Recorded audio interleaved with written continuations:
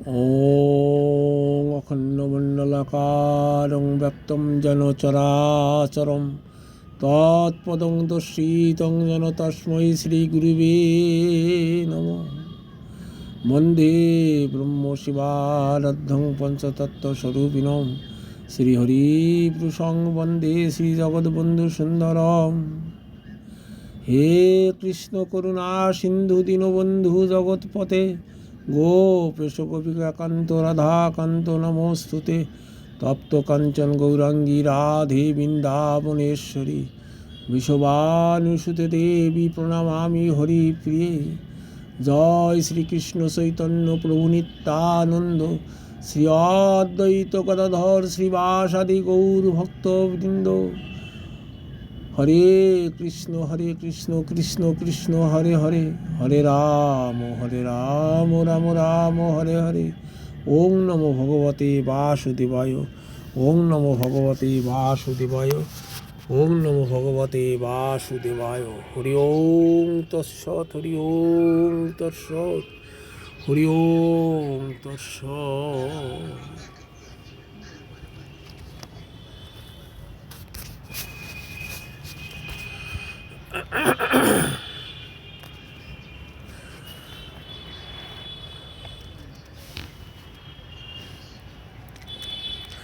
কিছু ভাগবতীয় কথা জেনে রাখা ভালো।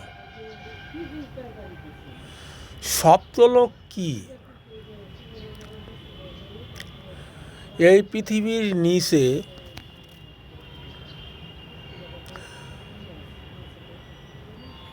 অতল, বিতল, সুতল, তলাতল, মহাতল, রসাতল ও পাতাল নামে সপ্তলোক আছে। এরা পরপর একে অপরের নিচে এবং ক্রমশ অপর থেকে 10,000 যোজন দূরে অবস্থিত এবং দৈর্ঘ্য প্রস্থে অযুত যোজন।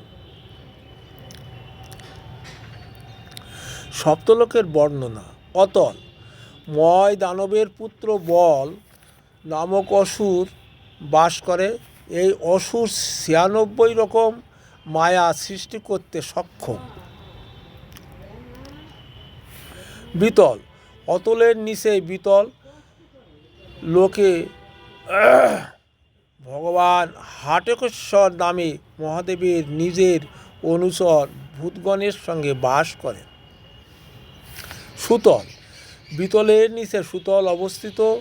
সেখানে বিচরণ পুত্র মহা যশস্বী উদার কীর্তির অধিকারী বলি বাস করেন।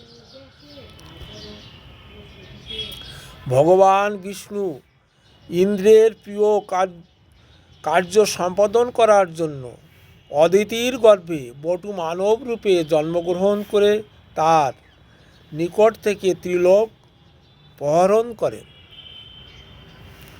তলাতল, সুতলের নিচে তলাতল। সেখানে ত্রিপুরাধিপতি ময় দানব বাস করেন। তিনি মায়াবীদের পরম গুরু এবং মহাদেব দ্বারা সুরক্ষিত। মহাতল, তলাতলের নিচে মহাতল। সেখানে অনেক ফণা বিশিষ্ট সর্প থাকে। তাদের মধ্যে কুহক, তক্ষক, কালীয় এবং সুসেন প্রসিদ্ধ।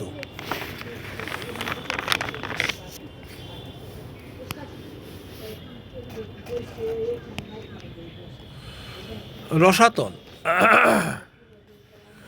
মহাতলের নিচে রসাতল। সেখানে পানি নামে দৈত্য এবং দানবেরা বাস করে। এদের সঙ্গে দেবতাদের শত্রুতা। এরা ইন্দ্রদূতি সরমার অভিশাপের কথা মনে করে সর্বদা ইন্দ্রকে ভয় করে। পাতাল, রসাতলের নিচে পাতাল। সেখানে শঙ্খ, কুলিক, মহাশঙ্খ, ধনঞ্জয়, ধৃতরাষ্ট্র, শঙ্খচূড়, কম্বল, অশ্বতর এবং দেবদত্ত মহাক্রোধী বড় বড় ফণাযুক্ত নাগ বাস করে। বাসুকী এদের প্রধান। এদের কারো 5, 7, 10, কারো শত এবং সহস্র মস্তক আছে। তাদের মণিতে পাতালের অন্ধকার দূর হয়। ভগবান শঙ্কর্ষণ পাতালের মূল দেশে 30,000 যোজন দূরে ভগবানের অনন্ত নামে খ্যাত পঞ্চরাত্র শাস্ত্র অনুযায়ী ভক্তরা তাকে শঙ্কর্ষণ বলেন। ভগবান অনন্তের 1,000 মস্তক আছে, তার একটিমাত্র মস্তকের উপর সমস্ত ক্ষিতিমণ্ডল এক শস্যপের দানার ন্যায় দৃশ্যমান। নরকের অবস্থা। নরক ত্রিলোকের অন্তর্বর্তী, দক্ষিণ দিকে পৃথিবীর নিম্নে এবং জলের উপরে অবস্থিত। নরকের সংখ্যা হল 21। নরকগুলোর নাম: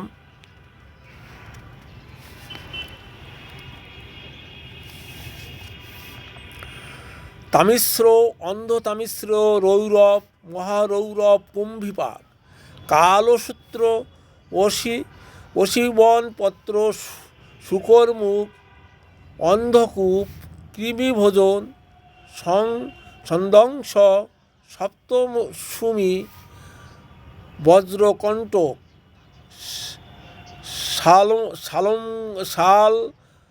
শালমণিল, বৈতরণী, পুয়ত, প্রাণরোধ, বিশেষণ, লীলাভক্ষ, সারমেয়াদন, অবিসি, অয়পান। এর ব্যতীত খারকর্দম, রক্ষগণ, ভোজন, শূল, প্রেত, দ্বন্দ্বসুখ, অবটানি, রোধন, পর্যাবর্তন, সুশিমুখ। এই 7 নরক যুক্ত হয়ে 28 নরক আছে, যেখানে বিবিধ যাতনা ভোগ করতে হয়।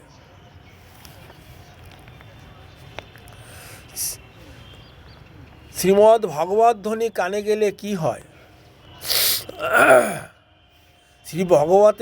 শ্রী ভাগবতের শব্দ কানে গেলে ভক্তি, জ্ঞান ও বৈরাগ্যের মহা শক্তি লাভ হয়। তার ফলে জ্ঞান ও বৈরাগ্যের কষ্ট দূর হবে এবং ভক্তির আনন্দ হবে। সিংহের গর্জন শুনলে যেমন নেকড়া পালায়, তেমনি শ্রীমদ্ ভাগবতের ধ্বনিতে কলিযুগের সমস্ত দোষ নষ্ট হয়ে যায়। তখন প্রেমরস প্রবাহিনী ভক্তি তার 2 ছেলে জ্ঞান ও বৈরাগ্যকে সঙ্গে নিয়ে প্রতিটি গৃহে, প্রতিটি মানুষের হৃদয়ে ক্রীড়া করবেন। ভক্তি, জ্ঞান ও বৈরাগ্যের প্রতিষ্ঠার জন্য মহর্ষি বেদব্যাস এটি প্রকাশিত করেছিলেন। আমাদের সকলের চাওয়া পাওয়া হল অসত মা সদ্গময়, তমস মা জ্যোতির্গময়, মৃত্যু মা অমৃত গময়, আবিরাদ বিপ্ম এধি। হে ঈশ্বর, আমাকে অসৎ থেকে সৎলোকে, অন্ধকার থেকে আলোতে এবং মৃত্যু থেকে অমৃতে নিয়ে যাও।